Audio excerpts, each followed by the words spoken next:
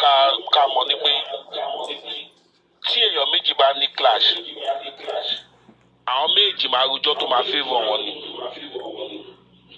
Muyideen ò kì í ṣe áńgẹ́lì tí ò lè parọ́, Àgbàlá Gabriel náà dẹ̀ kì í ṣe áńgẹ́lì tí ò lè parọ́. Don't just love to pé gbogbo nǹkan tí Muyideen sọ pé òótọ́ ni. Kàdé má gbogbo nǹkan tí Àgbàlá Gabriel náà sọ pé òótọ́ ni. Ẹ jẹ́ ká yọ emotion kúrò bẹ́ẹ̀ tá a bá fẹ́ dájọ́ ẹ̀. Nígbà tí ẹ sọ̀rọ̀ lẹ́ẹ̀kan pé ẹ mọ̀ pé tí bá rí èèyàn tí màá ti yan kan bá close mo lè gbẹ̀rẹ̀ ẹ̀jẹ̀ débi kan.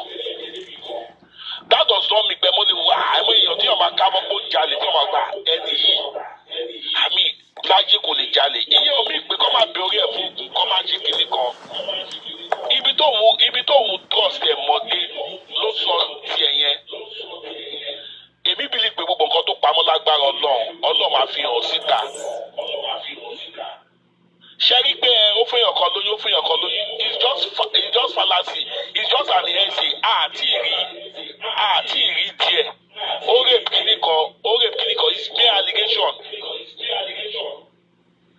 Tó tí fat bá tẹ̀rí bá wà fún kọ́ mu jáde. Ẹni sùúrù ọkú tó sọ̀rọ̀. Ẹni sùúrù ọkú tó sọ̀rọ̀. Yes ma. Ẹ lọ sórí Facebook ẹ máa rí pàtàkì ẹ jáde sórí Facebook ẹ bẹ̀rẹ̀ sí ní blog ẹ. Mo sọ̀rọ̀ kan mo ní Àgbàlá Gabriel kò kí ń ṣe Jésù, Muyideen kò ń ṣe ànábì kò ń ṣe áńgẹ́lì. Anybody inú wọn lè máa parọ́, any one of them lè máa parọ́. Tí èmi àti ìyọba ní class mo lè wo pé kí ni mo lè sọ tó lè bring it down, mo lè ro anything. And èmi náà mọ èèyàn kan mo dé èmi náà dẹ̀ lè ṣìkà fún yàn kí n máa parọ́ mọ́ kí n máa ṣe kíní which is kí n tó ṣe pé mo lọ́lá jù lọ. So kò sí anybody tí ò lè pa owó fi sọ pé let us just be is alleged ká rò pé Muyideen náà lẹ́ẹ̀jẹ̀ ká máa lo ọ̀rọ̀ yẹn pé Muyideen náà lẹ́ẹ̀jẹ̀ kó ṣe pé ó rèpù ìyàwó Muyideen tá a bá sọ pé ó rèpù ẹ̀ definitely. Tá a bá sọ pé ó rèpù ẹ̀ definitely àti gbà ó dẹ́. Àwọn àǹtí ló sọ̀rọ̀ rèpù o ẹni sùúrù o Muyideen wọn ṣé ó ti yé yín. Ó bá sùn ní ó jọ tẹ̀wọ̀n lọ́rùn ni kò tó bọ́ rèpù ẹ̀. Máa fi 100% sọ pé ó bá sùn. Àlẹ́jì ni o, má sọ pé ó bá sùn ni torí kò ṣojú wa. Àlẹ́jì ni o. Wọ́n screen record yẹ o. Àlẹ́jì ni o, máa tẹnu mọ́ àlẹ́jì ni o. Ọ̀rọ̀ náà ò ní àní kó bára wa. Àlẹ́jì ni. God bless you ma. Ẹ wo ẹ ti sọ ọgbọ̀rọ̀ tó kù nù mí ma. Kò dá àtẹ̀kọ́sọ ẹ. Ẹjọ́ mo lè sọ ilé tí wọ́n sọ ìkè dákẹ́ fún náà ẹjọ́ nítorí Ọlọ́run. Mo ní reason tí mo yẹn sọ̀rọ̀ látẹ̀kàn mi ò sí ń bẹ̀ o mi ò gbẹ mo sọ pé mi ò lè sọ nípa àwọn ẹ̀sùn tó kù tí Muyideen sọ o. Wáì tí mo sọ̀rọ̀ yẹ ẹ̀ mọ́ Muyideen dáadáa àjọ gbé èmi àti bọ̀dá Muyideen ti jà kó ṣe ẹgbẹ́ 10 times. Sọ bó ṣe jẹ́ who is it? Jerry bọ̀dá Muyideen kò kí ń fi yàrá ẹ̀ kí yàrá ẹ̀ lẹ̀ fún ìyàwó ẹ̀. Tó bọ́ ni ìyàwó ẹ dúró supreme ẹni sùúrù. Sọ̀rọ̀ náà you allow me to talk. Nǹkan téèyàn ò bá rí tí n bá rí mi ní sọ̀rọ̀ ọ̀rọ̀ mi. Máa sọ̀rọ̀ ẹ lọ. Bọ̀dá Muyideen kò kí ń fi kí yàrá ẹ̀ lẹ̀ fún ìyàwó ẹ̀. Wọ́n máa rí tán. Yes even though from beginning láti ilẹ̀ àti ìgbà tó má rí tán èmi yìí mo ti wà ń bẹ̀ tí mo ti fi fóònù mi pé bọ̀dá Muyideen.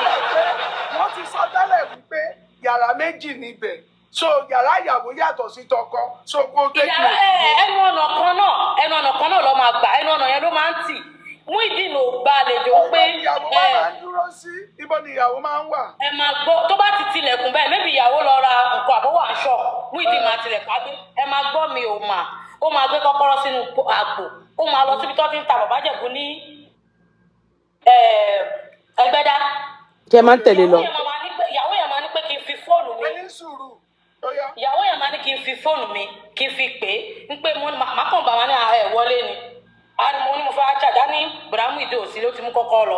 Most time màá ṣẹ̀ wá mú fóònù mi a máa type nọ́mbà bọ̀dá Muyideen a máa pè bọ̀dá Muyideen kí ló tẹ̀ sí kọ́kọ́ lẹ̀ fún ìyàwó yìí náà ní kó dúró tí kò bá lè dúró kókó ṣì kúrò jọ.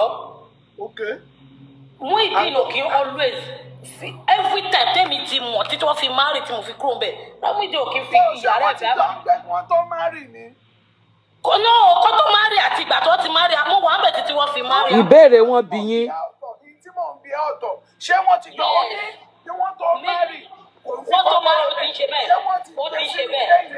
ẹni sùúrù ṣé wọ́n ti gbé sínú ilé yẹn kan tó má rí ni. yes ó ti ń gbé pẹ̀lú Muyideen papọ̀ kan tó ṣe wedding náà. ṣé ẹni tó wá ṣe yẹn Gabriel ṣé bí Bíbélì ṣe kọ́ wa ká máa ṣe nìyẹn. tòró sọ́pọ̀ tiẹ̀. eléyìí ò kì í ṣe Gabriel ó ṣe ford Gabriel o mi ò sọ fún àgbà Gabriel. Ìyí tó wá dìfẹ́ǹdì bí sórí pé mi mo ní kó má bùlé ẹ̀ ó ti hàn wípé wọ́n lò síbi ìlú. Nígbà tó fẹ́ sọ Yorùbá sí. Tọ́lá rán mi sí ìlú kí má jèrè àwọn ọmọ tí mo bí. Ní sùúrù wá jèrè láyé. Mi ò anybody wọn I feel like èyí tí mo wà ní ọ̀rẹ́ ìyàwó ni ẹ̀ náà wọ́n lè ṣe pé sọ́ra ẹ̀ ọ̀rẹ́ ìyàwó Gabriel ni ẹ̀ sọ ní sùúrù kò gbọ́rọ̀ fara ìbálẹ̀. Ìyá Àbẹ̀kẹ́ wọ́n pè yín Ìyá Àbẹ̀kẹ́ wọ́n pè yín. Ìyá Àbẹ̀kẹ́ ẹ̀fẹ̀ nìyí ilẹ̀ èyí nǹkan tó wù mọ̀ ló ń sọ. Mo fẹ́ sọ nǹkan kan fún kó tó lọ mi ò sọ̀rọ̀ òdì sí ní ìṣọ́ anything sí mo kàn fẹ́ ẹ̀ láì tì lẹ́nu aláàjì kìlẹ̀ wí. Ẹ má bínú ẹ kú àtúntò jẹ́rí gbogbo ìgbà téèyàn bá ti ń sọ̀rọ̀ láyé nínú ọ̀rọ̀ bá ti ń sọ yóò máa já rẹ̀. Ẹ̀rí gbogbo ọ̀rọ̀ tí ọmọ Jésù Akínọ́pè yẹn tó ń sọ yẹn ẹ̀rí kó ti ń já rẹ̀. Ó ń já rẹ̀ náà ó ń já rẹ̀ náà ó ń sọ wípé àwọn ọmọdé sísè yìí ó ti ń gbé pẹ̀lú Muyideen wọn tó so wọ́n pọ̀ ṣé kò ní bí wọ́n gbé tẹ́lẹ̀ ṣé kò ní bí wọ́n gbé oníbi tó ń gbé owó ẹ̀rọ wá ní. Ṣé bẹ́ẹ̀ gbọ́ pọ́ìntì míì wọ́n ní kò ní tó ń gbé ẹ má di pọ́ìntì mú o wọ́n ní kò ní tó ń gbé owó ẹ̀rọ wá ní ó wá di pé wọ́n ti kọ́lé fún Muyideen ó wá di pé ọpọlọ tutù dẹ́kun bá sí ibà yìí o ó kárẹ̀ nìkún I like you for that. Church Àgbàlá Gabriel. Mọ́mí wa aláìsí. Church Àgbàlá Gabriel.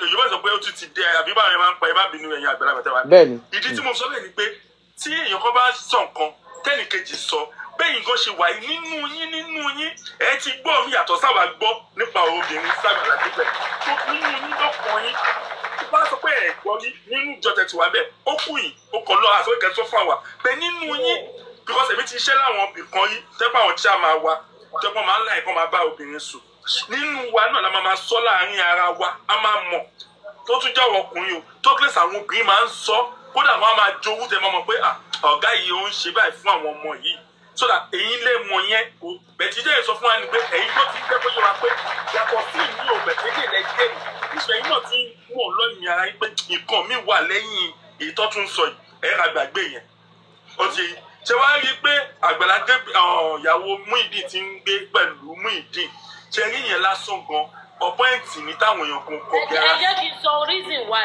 ẹ máa jẹ́ kí n sọ èmi tí mo sọ̀rọ̀ lẹ́ẹ̀kan yẹn jẹ́ kí n sọ. ó pè é ẹjẹ́ kan sọ̀rọ̀. Nígbà tí Muyideen pẹ̀lú gẹ̀yìn gbé Àgbàlá Gabriel travel. Ṣé ẹ̀ gbọ́ mi? Mo wà á chọ́ọ̀chì pé Àgbàlá Gabriel travel. Muyideen ti kọ́kọ́ tòsí gẹ̀ẹ́ kan ní church gẹ́ẹ̀ náà ló máa ń ṣe fún everybody ní church orúkọ gẹ́ẹ̀ yẹn Bukky nínú church nítorí wọ́n sọ pé kó tiẹ̀ fẹ́yàn maybe character ẹ̀ máa change ìyàwó yẹn máa change ẹ̀.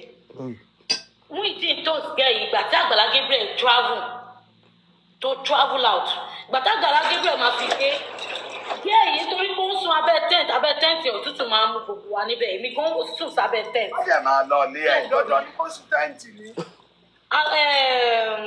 Mọ́mì Àgbàlá Gabriel ti sọ fún gẹ́yìn nígbà tí kò tẹ́tí ó fẹ́ Muyideen gan Àgbàlá Gabriel máa ń sọ fún pé kó dúró fò náà àbí kó máa lọ lé ẹ̀nà wọ́n fún wọn ní appointment date tó máa fi padà wá Àgbàlá Gabriel ní pé kó padà wá ní appointment date tó fún everybody ní abẹ́ tent because èmi gan wọ́n fún wa èmi náà lọ mo padà wá òun ò lọ nígbà táwa ń bí àsọ̀ rẹ pé kí ló dé tí kò lọ ó ní òun ti sọ gbogbo everything òun lówó òun ní everything tẹ́lẹ̀ ṣùgbọ́n àwọn family ẹ̀gbọ́n òun ló jẹ́ kí nǹkan báyìí òun ti sọ everything ó dẹ̀ bímọ ẹyọ kan ó bímọ obìnrin kan tẹ́lẹ̀ ó sọ gbogbo ẹ̀ fún àwa because àjọ close ni nígbà tí Àgbàlá Gabriel travel gbà yẹn ló fẹ́ ní Muyideen wá bá sọ àmọ́ bó ṣe bá sọ̀rọ̀ èmi gan tajọ́ ń gbé akọ̀mọ́ pé ó kàn ti lọ ń wẹ̀ lọ́dọ̀ Muyideen ó máa lọ wẹ̀ ń bẹ̀ gbà míì àríwá àbẹ̀ títí alẹ́ kí ló ń ṣẹlẹ̀ a máa bá ní ṣọ́ọ̀bù Muyideen ó máa wá ṣọ́ọ̀bù máa lọ bá pé àyè tẹ̀ ń jókòó ti bọ̀dá Muyideen wọn àti bọ̀dá Muyideen òde rẹ̀ wọ́n jà ju nǹkan míì lọ tẹ́lẹ̀ máa ní àyè tẹ̀ lọ́n jókòó ti bọ̀dá Muyideen yìí kí ló ṣẹlẹ̀ ó ní pé kò sí nǹkan kan gbà tó wá yá àwọn aṣáà ń gbọ́ rumọ̀ sí ṣọ́ọ̀ṣì ẹ níbẹ̀ ní àyíká bẹ̀ wọ́n láì gossip àṣà wa ń gbọ́ different type of things tí èmi wá lọ bá mọ́ ní pé àmọ́ ń gbọ́ nǹkan báyìí kí ló ń ṣẹlẹ̀ náà ṣé ọ̀dọ̀ bọ̀dá Muyideen lẹ̀ ń gbé sí ni ó ní ibẹ̀ ló ń gbé pé ẹni tó ń fẹ́ wọn nìyà ẹni tẹ fẹ́ bẹ́ẹ̀ lọ ṣe fẹ́ yàn. Muyideen kọ́ òun ló ṣe sí Muyideen. wọ́n mi wá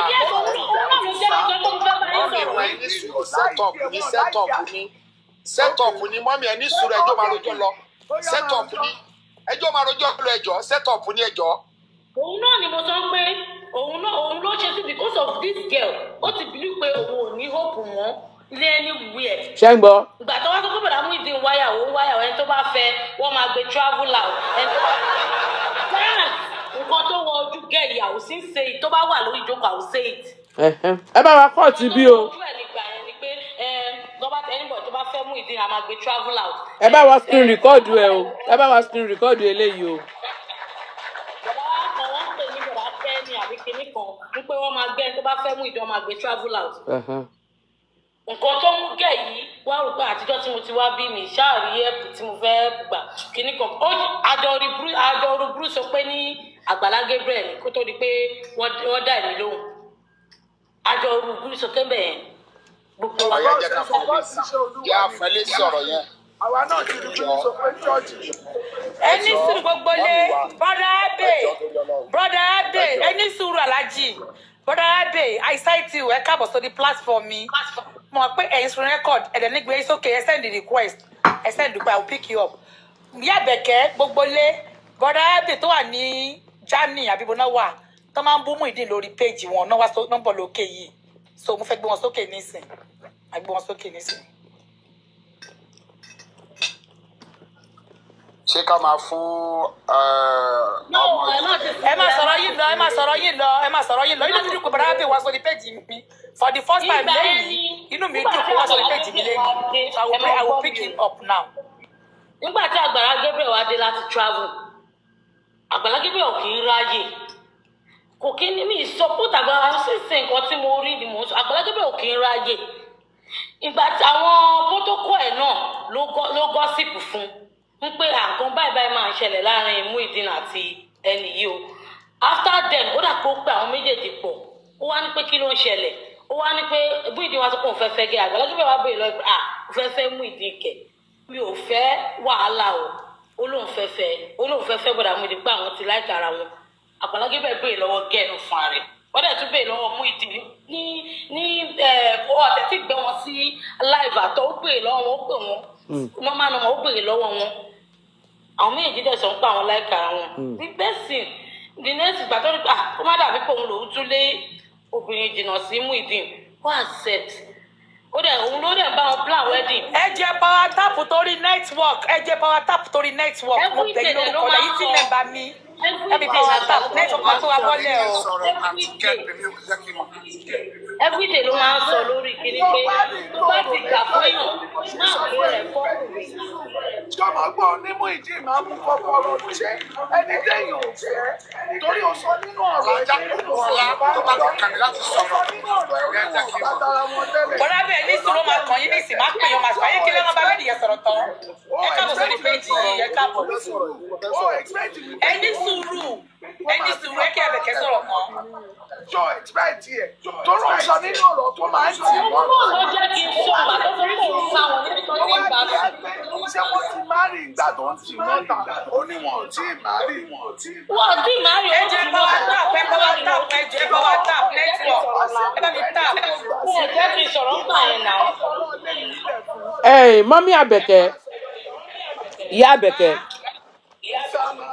ẹ jọ̀ọ́ mà ẹ jọ̀ọ́ torí Ọlọ́run ẹ jẹ́ kí àǹtí yìí sọ̀rọ̀ tí wọ́n fẹ́ sọ̀rọ̀ ṣó ti yẹ yín sìn èmi ti mú point méjì lọ́wọ́ question tí mo fẹ́ béèrè lọ́wọ́ ẹ jẹ́ ká máa put point down ṣó ti yẹ yín mà.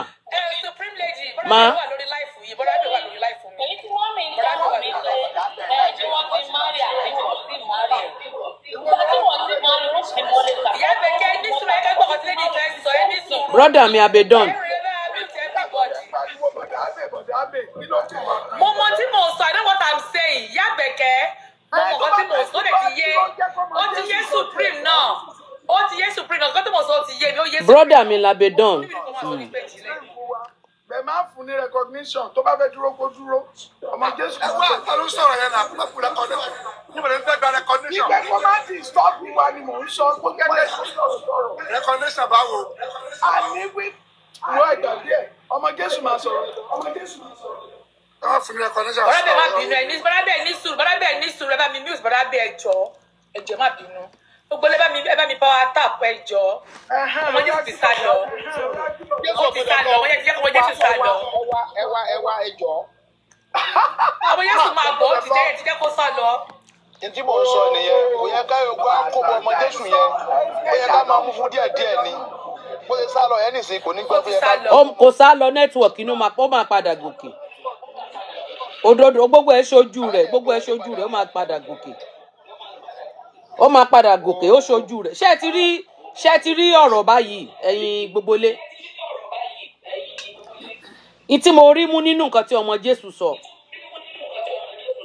ṣé mọ̀ yín pé Muyideen sọ wípé before káwọn tó ṣe wedding lòun ti ká àgbàlá pẹ̀lú ìyàwó òun ọmọbìnrin dẹ̀ sọ fún wọn sí pé Muyideen máa tilẹ̀kùn rẹ̀ tó bá ti ń jáde lọ so which means pé gbogbo orú àwọn ìgbà tí Muyideen ń wù gbogbo nǹkan tó ti rí tó fi changes fún lady yẹn òun nìyẹn ìyẹn ló fa ìyà fún Muyideen tó ń jẹ. gbogbo lé ṣíṣe Supreme ọ̀tọ̀ tí mo fẹ́ ṣe léènì láti ti dàbẹ́ tọ́pìkì kò sí problem. àáfà sì máa jẹ gbà àáfà yẹn sì máa jẹ gbà. ẹ káàárọ̀ sínú àdúgbò yìí ẹ káàárọ̀ ẹ káàsán ìyá àbí flọ náà ẹ bá wa sọ̀rọ̀ ìyá àbí flọ náà ẹ káàbọ̀. mo kí gbogbo ẹ̀yin tí ẹ wà lórí ètò. òkè bó jẹ́ sì dé padà ọmọ làjà ẹ yẹ kó yá mi ní space yẹn ẹjọ́ ó ti gbé padà ọmọ Jésù dákò send request ẹ jẹ́ yá mi ní space yẹn ẹjọ́ yá mi ní space yìí má gbé padà sókè. mo rò pé the first time rèé mo máa contribute sọ̀rọ̀ lórí TikTok mo kàn máa ń kọjá ń bẹ̀ ni. Okay. Again, point of correction, Alaja Oyelike, any Mogbata Sokinike, without it, I've never once said anything concerning this issue. No, sorry, issue. Mo rí post yìí kan tó ní máa follow yín dáadáa. Yóò sọ̀rọ̀ máa follow yín lórí Facebook. Gbọ́dọ̀ rẹ̀ ọkọ̀ ṣẹlẹ̀. Ẹ ṣe live fún Gabriel nígbà yẹn. ìgbà tó ṣẹ̀ṣẹ̀ ṣẹlẹ̀ ní Abi Olúṣọlá Yusuf ló sọ̀rọ̀ ìgbà tó ṣẹ̀ṣẹ̀ ṣẹlẹ̀ yà. ẹ lè support Gabriel ni. Support Gabriel ẹ lọ túnṣe yẹ̀ wò. Okay. lórí ọ̀rọ̀ wa tí Muyideen gẹ̀mí kò sọ̀rọ̀ pa ẹ̀ ọ̀rọ̀ tí mo sọ gbà yẹn òun àti Stargurl ni ọmọ mi jẹ́ ní Stargurl. bẹ́ẹ̀ni. Okay, Stargurl ni mo wò God bless you it's true Stargurl ni mo wò ẹ ṣe Stargurl ni mo ṣe tí mo ẹ má bínú I'm very sorry ẹ má bínú Stargurl ni mo wò ẹ má bínú. Yábẹ̀kẹ́ jẹ́ tó lọ́nà ẹni sùúrù Yábẹ̀kẹ́ mo bẹ̀yẹ̀ jọ ẹni sùúrù. Ẹyẹ mi power tap 181 I need 15 likes.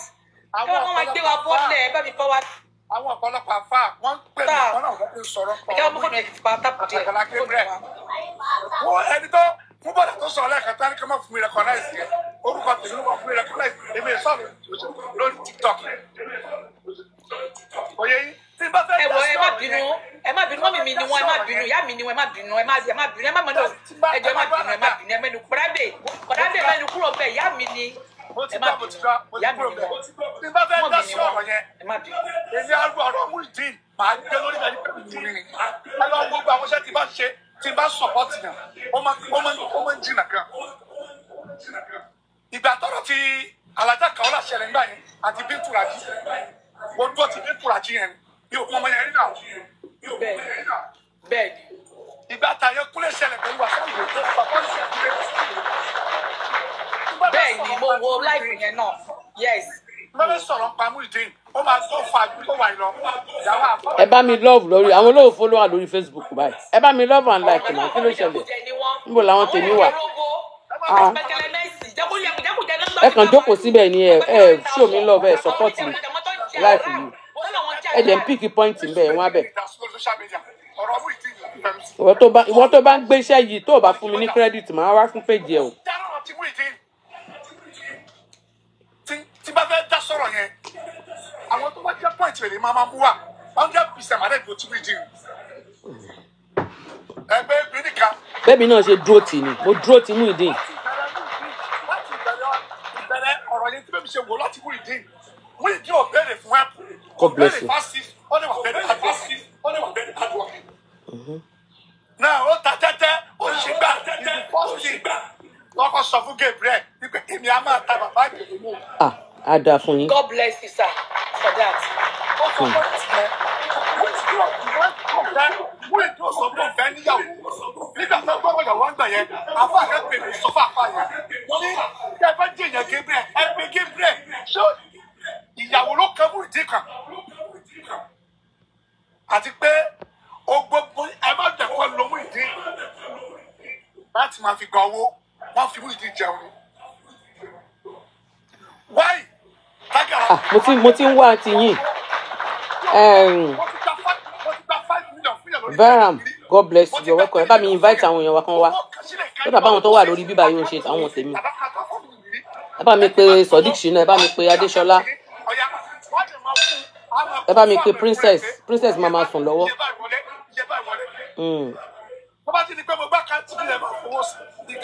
Nǹkan mi ti wà ń bẹ̀.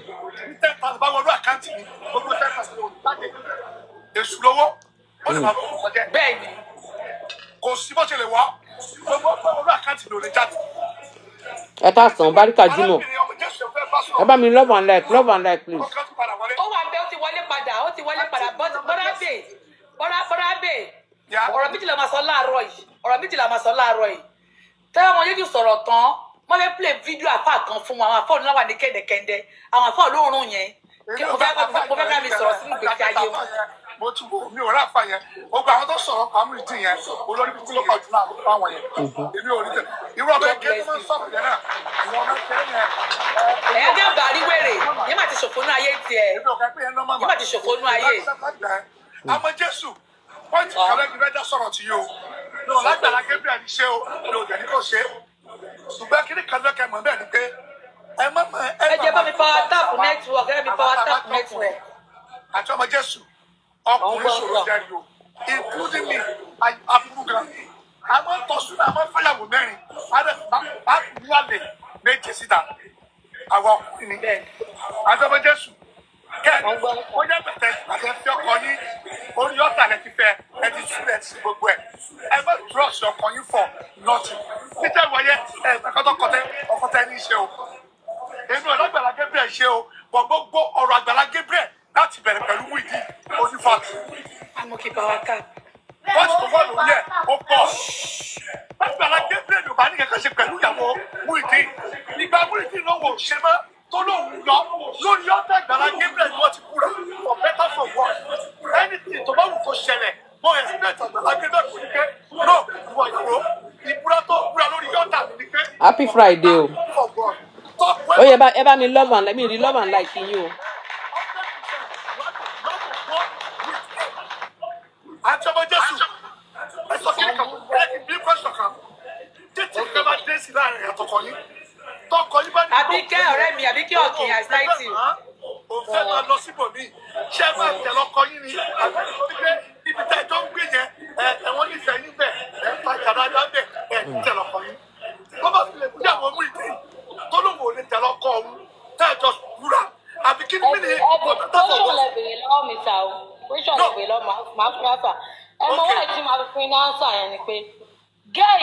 Ẹ bá mi share ẹ bá wa share kí ló ṣẹlẹ̀ lórí Facebook. But that girl ó fẹ́ Muyideen because of nǹkan tó rí ń bẹ̀ ṣé ẹ̀ ń gbọ́ nítorí owó. Okay, mo gbà bẹ́ẹ̀. Again, second is ẹ bá ń táàgì alájẹ kó wá gbọ́. bàbá bẹ́rẹ̀ máa ń pè mí o ẹ ti máa gbọ̀n mi dáadáa èmi ò kì í bẹ̀rẹ̀ ọ̀tún pọ̀ báyìí mi ti fẹ́ bí mi tẹ̀ sọ́ni tì mà ìbéèrè kejì náà nígbà tíyàwó Muyideen tó kọ̀ tí ó tẹ̀lé ọkọ ẹ̀ ẹ ti dáhùn ẹ̀ pé ìfẹ́ owó ó ń ṣẹlẹ̀ bẹ́ẹ̀ 90% obìnrin owó ni wọ́n máa ń wá but question kejì ni pé nígbà tó sọ pé wò ó tẹ̀lé yẹn náà kò bá lọ fine Muyideen ti kúrò bẹ́ẹ̀ allocation tó wá kan allocation tó wá fi kan Àgbàlá Gabriel sí pé ó ń bá ìyàwó òun sùn ẹ̀rí wo àti proof wo ni Àgbàlá Gabriel ló lè sọ pé ó máa proof ẹ̀ pé òun ò bá ìyàwó ẹ̀ sùn níwọ̀n ìgbà tí àwọn sọ pé òun ò lè bá ọkọ òun lọ tó tún lè búra fún wọn tó ṣe marriage fún wọn lórí for better for worse tí ò lè ní pé no májẹ̀mú tó dá lórí ọ̀tà ni pé for better for worse. Dádì sà ìgbà tó lóun ò tẹ̀lé lọ ẹ wo fídíò yẹn náà Àgbàlá Gabriel lè kúrò ṣọ́ọ̀ṣì ó ló gẹ̀ yẹn o. Àwọn máàmì yìí ló ní pé ṣèbí ilé ọkọ ẹ ní orí yọmí. níbo ni presently níbo ni gẹ̀yẹ́ bàbá yìí.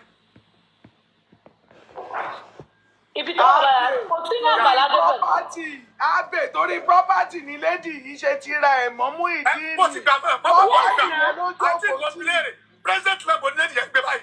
property yẹn náà Kò sí ní Àgbàlá Gabriel. kò sí bẹ́ẹ̀. Ní ibi tó wà wọ ìsọ́tà kò gbé Àgbàlá Gabriel. Àwọn tó fún information rán fún mi kò gbé Àgbàlá Gabriel. ọmọ Jésù ṣé kí n pé ọmọ Jésù ní sùúrù ọmọ Jésù ní sùúrù ṣé kí n play fídíò kan fún ẹ tí alájẹ pé inú ilé yẹn Muyideen ló ṣì wà táwọn èèyàn lọ rúgbó mú ilé Muyideen Supreme Naam. ẹ bá mi dá lóhùn béèrè yẹn ẹ bá mi dá lóhùn tó sọ yẹn pé kò gbé Àgbàlá Gabriel.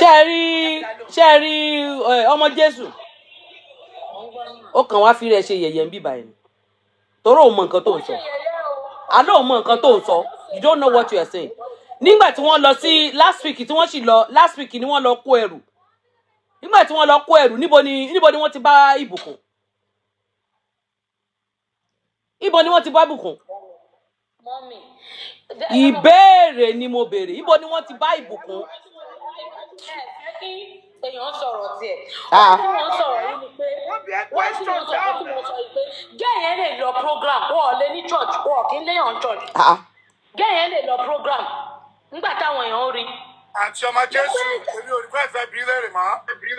ṣọ́ọ̀bù ta ni wọ́n ti bá gẹ̀yẹ́. Ibo ni wọ́n ti bá ìbùkún. ṣọ́ọ̀bù ta ni wọ́n ti bá bùkún. Kàlẹ́fà ẹ ní sùúrù ọgbọgbọ lẹ́fà bọ́dà bẹ̀ ẹ ní sùúrù ọmọ Jésù ọmọ Jésù ní sùúrù ọmọ Jésù ní sùúrù sẹ́ etí tèmi tí wàá fi gbọ́ fèrè kẹ́yìn mo fi gbọ́ lẹ́nu ìbùkún tó sọ wí pípa táwọn ọkọ wá àwọn ó ní àwọn human rights àtọlọ́pàá human rights wá wọ́n bá nínú ilé wọ́n yẹ gbónú ilé wò ṣé kí play video yẹn fún ẹ bá mú kákà fònù yẹn. èmi ò irú àwọn ìbùkún ọmọ tó ń sọ ó kàn wá. ṣé kí play video yẹn fún ọmọ Jésù yàbẹ̀ kẹ́yẹ́ kí play fún ọmọ Jésù tó ń dìfẹ́ǹdì nǹkan tí ó mọ̀ nǹkan tí ó mọ̀ ó dìfẹ́ǹdì ẹbí báyìí ní sùúrù ọmọ Jésù. ó ń dìfẹ́ǹdì tó mọ̀. ọmọ Jésù tó mọ̀ ti kó ẹni bí ṣẹ́jú mẹ́ta kí play kí nìyẹn fún. òun lọ ṣọ́ọ̀ṣì mọ́. dìfẹ́ǹdì rádaràda.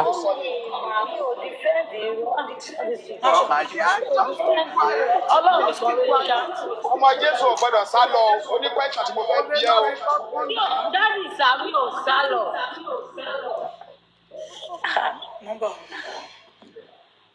ẹgbẹ́ yẹn fọ́nrán balẹ̀ gbọ́ fídíò yìí nísìnyí mo ń bọ̀ mo ń wá.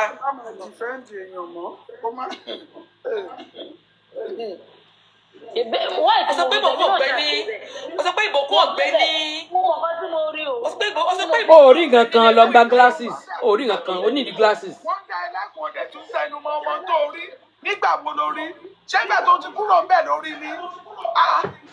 tí fídíò evidence wà tọ́lọ́rọ̀ fẹnu ara ẹ̀ sọ. mi ò mọ̀ pé ìgbà tí mo ti kúrò lẹ́nu sọ ẹ má bínú mà mo rò pé ìgbà tí mo ìwà bẹ̀rẹ̀ àdán sí mi ìmọ̀ ẹ má bínú mà mi mọ̀ pé ìgbà tí mo ti kúrò lẹ́nu sọ. ẹ wo ẹja bèbí ìjábọ̀jàre ẹja tó jábọ́lẹ̀. ẹ kì í play ti ọ̀rọ̀ tí Bùkún sọ pé ìgbà tó ń wá pé wọ́n táwọn ọlọ́pàá wà àti human rights pé wọ́n kọ́kọ́ wá sínú ilé wọn àyẹnu léwò pé òun tẹ̀ wọ́n lọ sí ṣọ́ọ̀bù wọn fẹ́ lọ kẹ́rù ní ṣọ́ọ̀bù ṣe pé wọn mọ̀ pé wọ́n fẹ́ kẹ́rù ní ṣọ́ọ̀bù ọ̀rọ̀ kan fẹ́ yẹ léwò ni kẹ́rù fẹ́ kẹ́rù ní ṣọ́ọ̀bù láti kó gbẹ̀rù ṣọ́ọ̀bù yẹn kúrò wọn tó dé. torí sọ pé oní ìbùkún ò sí ní Àgbàlá pé ibẹ̀ kan ló ń gbé wọ́n sọ pé ìbùkún ò nílé torí property ló ṣe fẹ́ Muyideen o tó ní ìbùkún gbé bẹ́ẹ̀. ok good kó mo tẹ̀lé kó sọ bẹ́ẹ̀ kó kọ̀ọ̀kan. ìyá Àbẹ̀kẹ́ jẹ́ kí n plẹ̀ fún kó gbọ́ fẹ́. Májàra ẹ̀ náà wọ́n ti sọ̀rọ̀ ń bí. Ó nígbà tó ń wà ń bẹ̀ lòun rò pé à ń sọ. A dẹ̀ ti clear ẹ̀ fún pé. Ìyá Àbẹ̀kẹ́ mo ti dé bẹ́ẹ̀. Ìyá Àbẹ̀kẹ́ mo ti dé bẹ́ẹ̀. Mo ti dé bẹ́ẹ̀. Wọ́n kí lọ́kọ̀ fíìsà yẹn. Wọ́n ti pè é. máa dìfẹ́ de. Monetization. gbogbo nǹkan fàyè Gabriel gbà náà nìyẹn. Wọ́n ní ṣì lè jẹ́ wọ́n ní lady ṣì ń gbé bẹ́ẹ̀ kọ́ kọ́mẹ̀tì pé bẹ́ẹ̀ ló ṣì ń gbé. ibẹ̀ ló wà. Wọ́n fíìsà yẹn. Yọ̀kọ́ kọ́mẹ̀tì pé bẹ́ẹ̀ ló ṣì ń gbé. Wọ́n ti ń pè ìbùkún báyìí. Wọ́n ti gbé kọ́. Ma, báwo ni kọ́lẹ̀ ma? Báwo ni kọ́lẹ̀ lọ́dọ̀ yín? Mo wà. Káàsì lọ́dọ̀ tiwa. Yes ma. Bẹ̀lẹ́. Yes ma. Mo gbọ́ pé àwọn ọlọ́pàá àwọn kankan wá sọ́dọ̀ mi lónìí. Ìjọ ti bá mi ṣàlàyé àbórí láì ló wa o. Gbogbo àwọn èèyàn wá mọ kí ló ṣẹlẹ̀.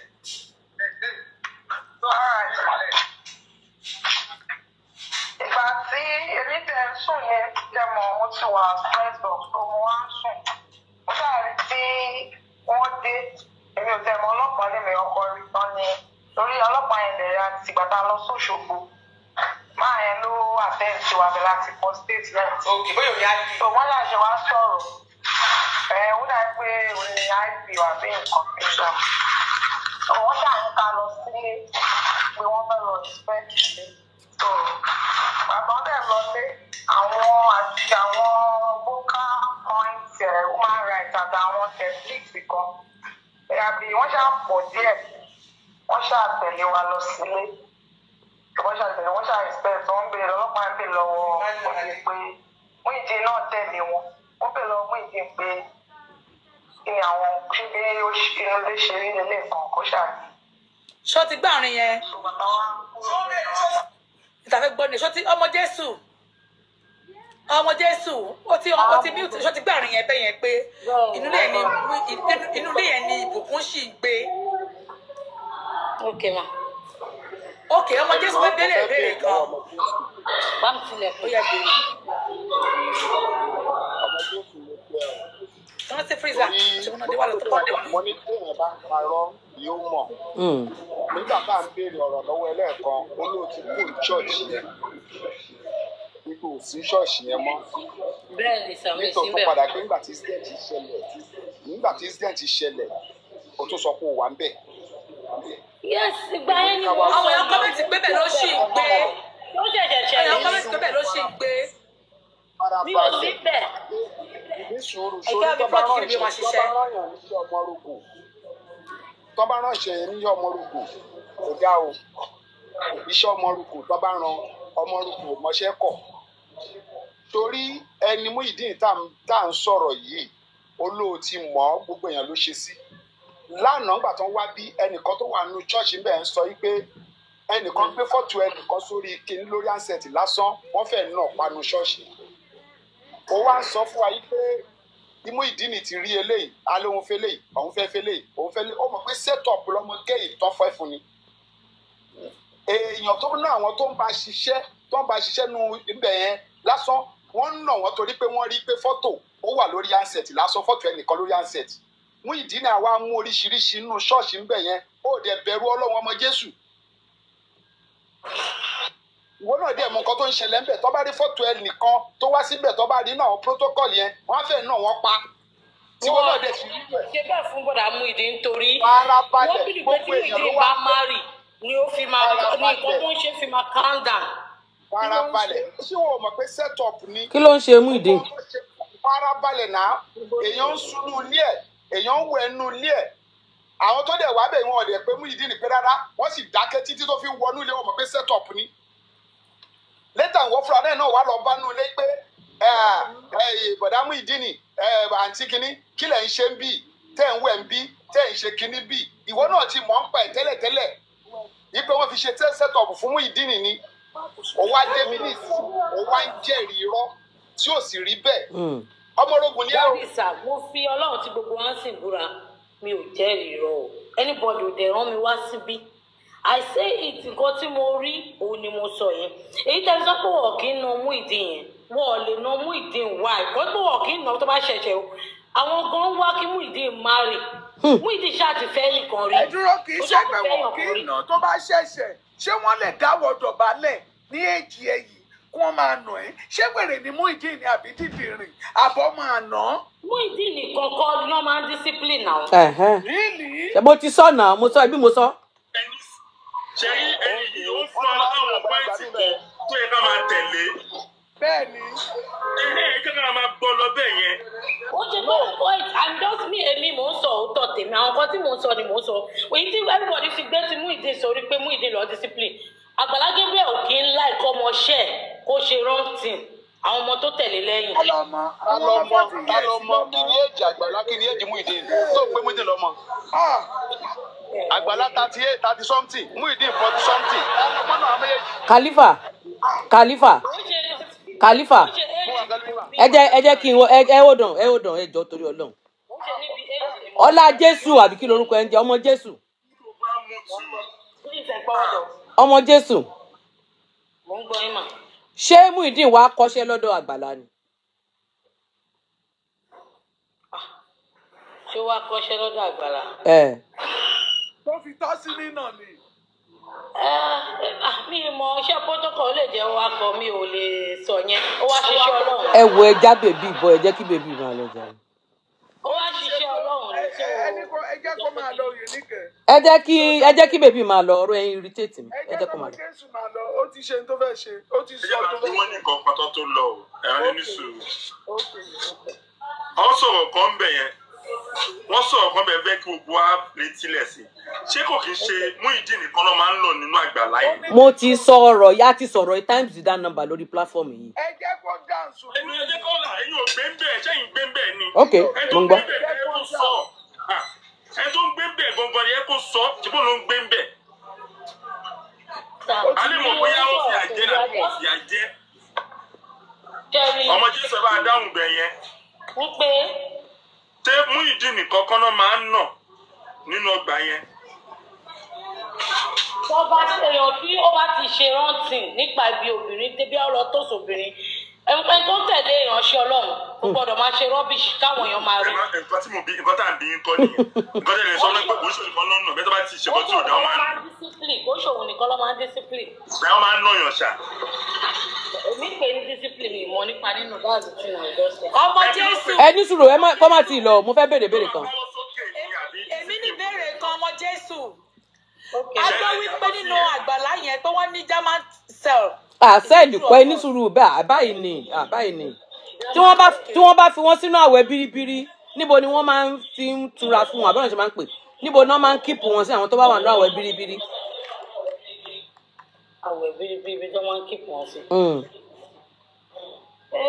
ebi àwẹ̀ bí téèyàn máa wà láwẹ̀ bíríbírí àjọ máa wà lábẹ́ tẹ́tẹ́ wọn máa ṣe church nígbà tèmi wà bẹ́ẹ̀ o mi ì lè sọ o a máa jọ wà. bọ̀ ìgbà wo lọ́ǹgì ni o kúrò ń bẹ̀ ìgbà wo lo kúrò ń bẹ̀ sísá mi. ó ṣe pé last 2 months ó ṣe pé oṣù méjì. ọdún kẹlò tí Muyideen ti wà lẹ́yìn Àgbàlá ni. mi ò mọ̀ mo bá ń bẹ̀. how long lẹ́yìn ló ń bẹ̀. mo lo 8 months. so láàrin 8 months tẹ wà ń bẹ̀ yẹn ẹ ti rí ibi tí wọ́n ti lu Muyideen. no that was my first time ilé ìtọ́ ní ìṣẹ̀lẹ̀ first time in first time lélẹ̀. wọ́n ní kí ló dé tẹ̀ kúrò àwọn kan béèrè adé orí ọ̀gbìn ní kí ló tẹ̀ kúrò bẹ́ẹ̀. nítorí pé mo ti locate síbòmí ni now. ok kò lọ́dún méjì ń bẹ̀ so ó ti relocate síbòmí ni ó dẹ̀ ní wọ́n ń discipline wọn ni àwọn àgbàlagbà ẹgbẹ́ bàbá ẹ̀ ibi tí Nàìjíríà dé dúró sí nìyẹn tó bá ṣàtìlẹ́yìn tó ti lóhùn tó ti ní bọ́ìsì tó ti lórúkọ o lè kó àwọn èèyàn sọ́dọ̀ kó sọ wọ́n dẹrú kó dẹ̀ máa discipline wọn fún wọn bá ti ń tó fẹ́ àtìgbọ́ it is well gbogbo ohun tí Gabriel àfọwọ́jù ó múra sí kó tẹ̀síwájú bẹ́ẹ̀ mo fẹ́ kó mọ nǹkan. wọ́n rìpọ́ọ̀tì mi ní ṣá. mo fẹ́ kó mọ nǹkan kan wípé Gabriel. wọ́n rìpọ́ọ̀tì yín wọ́n ní pé kí n já yín bọ́lẹ̀ wọ́n rìpọ́ọ̀tì péjì yín ní kankan ní kí n já yín bọ́lẹ̀. ọ̀nà tó lè gbà gbára ẹ̀ lẹ̀ ló fi gbára ẹ̀ lẹ̀ ni ó ní kì í ṣe ònìkan ni wọ́n ń discipline mo fẹ́ kó mọ̀ pé àwọn tí ò gbára wọn lẹ̀. aláṣẹ tèmi wọ́ọ̀dù ló ń rìpọ́ọ̀tì péjì. wọ́n ti ṣàṣìkọ́lọ́ ẹ má wọrí. wọ́n ṣe wà nínú bondage yẹn ti sìn. aláṣẹ rest in peace rest in peace o bye bye rest in peace. aláṣẹ sílẹ̀ jàre mo ní rest in peace tó ń pariwo. ẹ̀yin ló ń bù náà ó bù yín mo ṣe fún lẹ́sì ó bù yín ni. wọ́n ló ń bù ìyá ẹ̀ lò ó ti ní o má máa dá wọn lóhùn. ó ti rest in peace ẹ ó ti rest in peace. orí pé mi ìdáhùn tó ní ìsìn báyìí àwọn tó kù tó yẹ kí wọ́n tara wọn lẹ̀ nítorí pé wọn ò níbi tí wọ́n fẹ́ lọ ni wọ́n ṣe ṣì wà nínú bondage yẹn because for ọmọ 30 years láti ọ̀nà ọmọ 40 years tó da dọ̀bálẹ̀ àwọn security ń nà àwọn mẹgáàdì ń nà bàbá náà tún mú gẹ́gẹ́ bẹ́ẹ̀ ṣe ń pè ní dádì òun náà tún mú. bàbá àgbàlá bàbá àgbàlá. àwọn bọ́ìsì òun bó ṣe sọ nìyẹn o mi ò tiẹ̀ mọ̀ báwọn bọ́ìsì mi tiẹ̀ ti nà tẹ́lẹ̀ èmi náà dẹ̀ da dọ̀bálẹ̀ lẹ́nu ẹ̀ ìwọ náà gbọ́rọ̀ yẹn ṣe tí sọ̀rọ̀ yẹn ń rùn àbí sọ̀rọ̀ yẹn ò rùn nítorí Muyideen ò wá tọrọ bárà nínú kọ́ńpáǹdì ẹ̀ Muyideen ò dẹ̀ gbégbá bárà wá pa ìwọ lórí Muyideen olọ́mọ ì máa jáwó Muyideen dẹ̀ sọ pé ṣé wọ́n lè sìn òun ẹ wá gbé tán ẹ gbé sínú àgọ́ onítàn ẹ wá ń sọ wípé apologize ṣé ẹ̀bẹ̀ yẹn ràn tó ti dá sílẹ̀ báyìí ẹ̀bẹ̀ òun náà yóò Muyideen according to him ó lóun ò fẹ́ gbogbo léyìn mọ́ àfi táwọn èèyàn bá fẹ́ dìde bá fẹ́ nígbà ìjà ó lóun ò fẹ́ ó ti yọ̀ǹda ẹ̀ kíkẹ́ máa mú lọ mú kẹ́ sórí bíi gbèdé. ẹ jọ̀ọ́ ẹ má bínú ṣé mo lè sọ̀rọ̀ ẹ káàsán. ẹ pẹ̀lẹ́ mà. ẹ rà mà. ẹ jọ̀ọ́ ọ̀rọ̀ Àgbàlá Gabriel mi ìmọ̀ Àgbàlá Gabriel mi ìmọ̀ dáadáa. Oyèníkẹ́ ọmọ Jésù ti sọ̀rọ̀ tó fẹ́ sọ ń tiẹ̀ gbé sílẹ̀ ọmọ Jésù kò tẹ́ kẹ́. ìjọ ẹ má tí ì gbé wọn sílẹ̀ èmi náà fẹ́ béèrè ìbéèrè kan lọ́wọ́ wọn. ó yá Adémọ́lá ẹ sọ nǹkan tó fẹ́ sọ. ṣé àmọ́ nǹkan tí èmi fẹ́ sọ lórí ọ̀rọ̀ yìí èmi ò mọ anybody nínú gbogbo wọn. àwa náà ò mọ anybody rí. àti Muyideen èmi ò dẹ̀ rẹ́dì láti ṣáìdì lẹ́yìn anybody torí Muyideen olóúnjẹ tó fẹ́ fi bọ́ mi Àgbàlá Gabriel dẹ̀ mi dẹ̀ ní problem tó fi máa bọ́ mi láyé. bọ̀ nǹkan tèmi fẹ́ sọ ni pé Àgbàlá Gabriel ṣe nǹkan tí ò dá gbogbo alárí right ó bẹ̀bẹ̀ tábà rí bí ẹ̀bẹ̀ tó bẹ̀yìn ò bá ka tó bá yẹ pé àṣẹ bá wà lọ́wọ́ gbogbo àtàǹsọ̀rọ̀ yìí ẹ jẹ́ kó dàgbàlá Gabriel ká dọ̀bálẹ̀ kánà ní ìyẹgbà tọ́nà bọ̀dà mú ìtọ́bẹ̀rẹ̀ kó dẹ̀ jù bẹ́ẹ̀ lọ kánà kọ́rọ̀ ìtọ́ síbẹ̀ because ẹ̀bìtì ní ẹjọ́ ọ̀pá àlè máa gbé dọ̀bálẹ̀ Gabriel ṣe ò dá right ká sọ pé bóyá nǹkan gbọ́dọ̀ mi ò ṣe ò dá but ta ni nínú wa tó ti rí Ọlọ́run lójú kò lójú tó lè sọ pé bóyá nǹkan tá à ń sọ yìí ara ìtàn àárọ̀ wa. ẹjọ mo fẹ́ play audio kan fún àǹtí tó ń sọ̀rọ̀ yẹn ẹjọ ìyá Àbẹ̀kẹ́ ẹjọ mo fẹ́ play kankan fún tí àǹtí yẹn bá sọ̀rọ̀ tán mo fẹ́ play kankan fún wọn tó náà nìkan dá Àgbàlá Gabriel dọ̀bálẹ̀. We are condemning bad behaviour in our society. a kàn ń sọ̀rọ̀ Àgbàlá kan wọlé sínú ọ̀rọ̀ ni.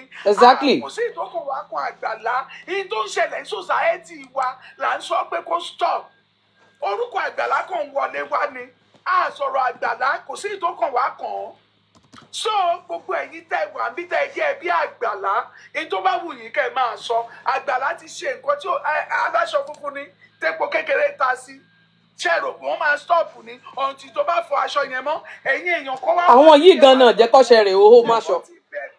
àwọn wo ló bẹ̀ ta ló bẹ̀ ìjọ wo ló bẹ̀ tẹ̀sí ṣàkóso tíyàwó ẹ̀ náwó tó di ògiri. bí o bá sọ̀rọ̀ nípa yàn kó ṣe kó kẹ máa bú ó sọ pé we are so sorry kìnnìkan kò sí ìtókàn wá kan Àgbàlá kò sí ìtókàn wá kan Muyideen We want all this rubbish to stop in our society. Fẹ́ bullying. Fẹ́ pé torí pé lọ́wọ́ rí ẹ̀kàn ráyè ẹni little opportunity. Ẹ wá sọ àwọn ọ̀nà dẹrú. Nǹkan tí Pastor King ṣe lẹ́kọ̀ọ́ nígbà yẹn nìyẹn tó sọ di èrò ẹ̀wọ̀n.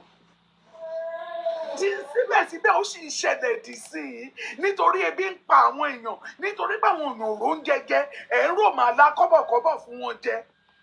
Ẹ wá mú wọn lẹ́rú ẹ ti wá gbàgbé ṣẹ́yìn ò mọ̀ wípé ibi táwọn èèyàn wá bá ti ń jẹ ni wọ́n mọ̀ ni ibẹ̀ ni wọ́n mọ̀ nǹkan influence yẹn ni wọ́n ń lò lé àwọn ènìyàn wa lórí ló fi di pé bí wọ́n ń kú lọ wọn ò ní sọ nǹkan kan nítorí pé wọ́n ń jẹun níbẹ̀. Wọ́n dẹ̀ ti gbàgbé wípé gbogbo ń jẹ àwọn ti ń jẹ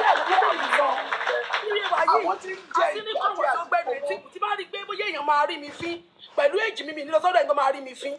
Báwo la ṣe ń sọ fẹ́ tẹ̀lé báwo dàgbàjọ àgbàlájẹ bẹ́ẹ̀ lọ gbẹ̀dọ̀ sí ìtumọ̀ ní tòótọ́. Ẹbí ò pa yín ní sísá ní mọ́ra kúrò bẹ́ẹ̀. Inú mi dùn ẹ̀yọ́ pé èmi ò tọ́rọ̀ lọ́rùn mọ́.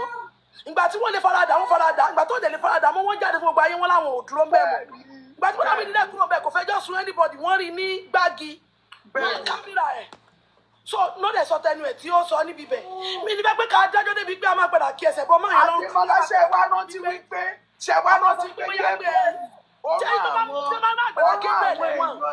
kí wọ́n lọ jáde lẹ́wọ̀n tó bá tún kọ́ máa ṣe máa yá ṣe nǹkan tí mo mọ̀ ní pé bí ẹ̀sìn àbàlá bẹ́ẹ̀ Gabriel ṣe pọ̀ fọ́ yìí wọ́n lè dájọ́ tó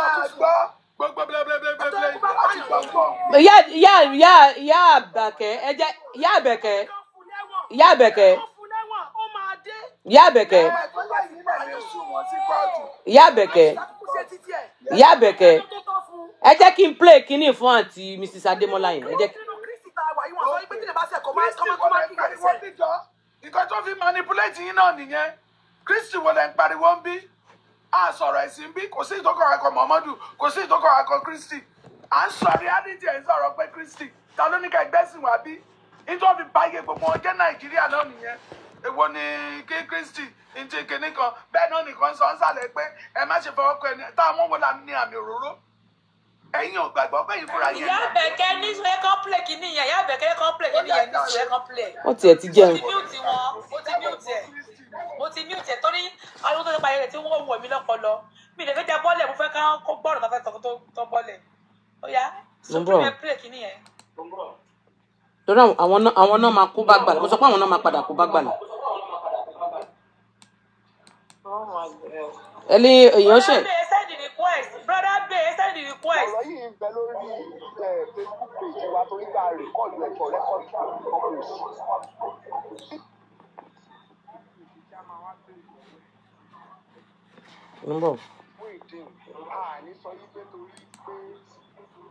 Ẹ bá wa láòdì ẹ bá wa láòdì ẹ bá yín sókè. Ṣé o ní evidence lórí àwọn nǹkan tó fẹ́ validation kẹ́ni lórí? Ó dẹ̀ sọ pé bẹ́ẹ̀ ni. Torí pé ẹni tí ṣe dáadáa síwájú tó bá ṣàìdá lẹ́yìn a gbọ́dọ̀ fi dáadáa tó ṣe síwájú yẹn ká fi pa àìdá yẹn rẹ́. Tó o bá ti yẹ pé o ní evidence we are ready to give you our full support and we are going to fight for that cause. Ó dẹ̀ ló ní evidence okay no problem you have the platform. The analysis ìgbọ́rọ̀ yẹn ṣe jẹ́ fún wa and he started explaining okay ọ̀rọ̀ yìí ń bẹ lórí Facebook page wa torí ká rìkọ́ọ̀dù ẹ̀ for record purpose. Àwọn ò jẹ́ kí investigation tàbí ká dá sí mátà láìjẹ́ nípa ṣe ìdíkù. A kọ̀ǹtáàtì Àgbàlá Gabriel himself láti jẹ́ ká invite ẹ̀sọ́ ọ́fíìsì wa láti ẹ jẹ́ kí everybody mute ẹ jọ̀ọ́ kó lè loud dáadáa. Alájọ Oríyọmí ti dá sí tẹ́lẹ̀tẹ́lẹ̀ kò so èso rere kankan. Wọ́n gbìyànjú bọ̀ tó rí wípé àwọn kan ti ní personal hatred against Alájọ Oríyọmí. Wọ́n wò wípé Alájọ Oríyọmí fẹ́ máa jowó Àgbàlá Gabriel ní máa yẹn ṣe answer tó ṣe back up nínú mátà yẹn. Ẹ rí i pé ọ̀pọ̀lọpọ̀ nǹkan wà tó yẹ kí Alájọ Oríyọmí sọ ní ọjọ́ yẹn tí wọ́n lè lẹ́nu lé lórí tí wọ́n ra fi style withdraw pé kìíní yìí wọ́n ti sọ tẹ́lẹ̀tẹ́lẹ̀ náà pé mò ń jowó Àgbàlá Gabriel.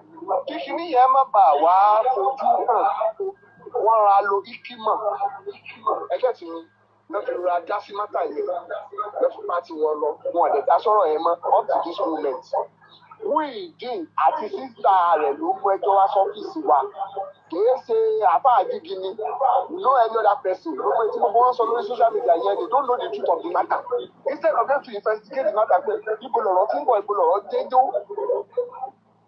now ìtí mo wá ń sọ lọ ni pé oore tí Àgbàlá ṣe fún Muyideen in fact tá a bá ní boná ọlọ́ọ̀mọ́ra tí èèyàn máa sọ fún ọ ó ṣe dáadáa sípìlẹ̀ but along the line a lot of things dey change. ó dẹ̀ ṣe change wo ọmọ nìyẹn ní Àgbàlá Gabriel ọmọ nìyẹn ní Muyideen wọ́n lè jọ ní ìṣù láàrin ara wọn but ìṣe tí tó jẹ́ wípé tí Démọ́lá fún rẹ̀ bá jẹ́ ọlọ́gbé ènìyàn tó dẹ̀ mọ̀ pé nǹkan kékeré lè bí ìgbìyàn járìn ó yẹ kó wá ọgbọ́n láti fi pẹ̀tù sí Muyideen kọ́ndẹ̀ sẹ́tù gbogbo abíyí tó bá wà láàrin wọn. Tí Muyideen bá press charge against Àgbàlá Gabriel, I am telling you, kan record kan screen record tí mo sọ ẹ̀, they should go and give it to Àgbàlá Gabriel. Àgbàlá Gabriel will be convicted for criminal offences tó ní tí Muyideen ní against him. He has committed a lot of criminal offences against Muyideen. It is a punishable offense under the law. Ní ọmọ 41 years, kẹ́ ẹ já àjọ̀bálẹ̀ kẹ́ ẹ máa fún ní ẹgbà ìdílé mọ̀ pé ó lọ ta tẹ́tẹ́. Does it make any sense? Ẹ bá wá ń sọ̀rọ̀ tá àwọn èèyàn bá fún yín lésì kí sí báwọn èèyàn mọ̀ ọ̀rọ̀ tó yẹ kán sọ náà. Èwo àbọ̀lọ́rẹ́ tó wá ń bí idiot tó wá yẹn tó lọ yẹn. Ṣé bóun ṣe wà pẹ̀lú 8 ẹ̀? Kábùrò tèmi tó wà 29 years of age kó dóhùn dọ̀bálẹ̀ kó máa fún ní ẹgbà ṣénú tiẹ̀ máa dùn. Rí i pé ẹ wá na Muyideen débi pé gbogbo àpẹ ẹgbà wá hàn ní ẹ̀yìn rẹ̀. Àgbàlá fúnra rẹ̀ tún wá ń confess. Ó make public confession pé lóòótọ́ òun na Muyideen.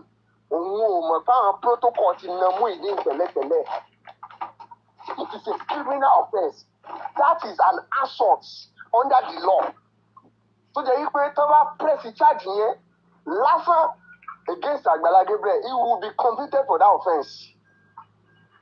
Tí Muyideen bá sọ pé òun ò ready láti back out, òun ready láti máa fight course yìí lọ, that is number 1. Number 2. In the name of Muyideen, you come to social media láti wá gba public donation from the public to help this man and you build this property under your custody into your premises.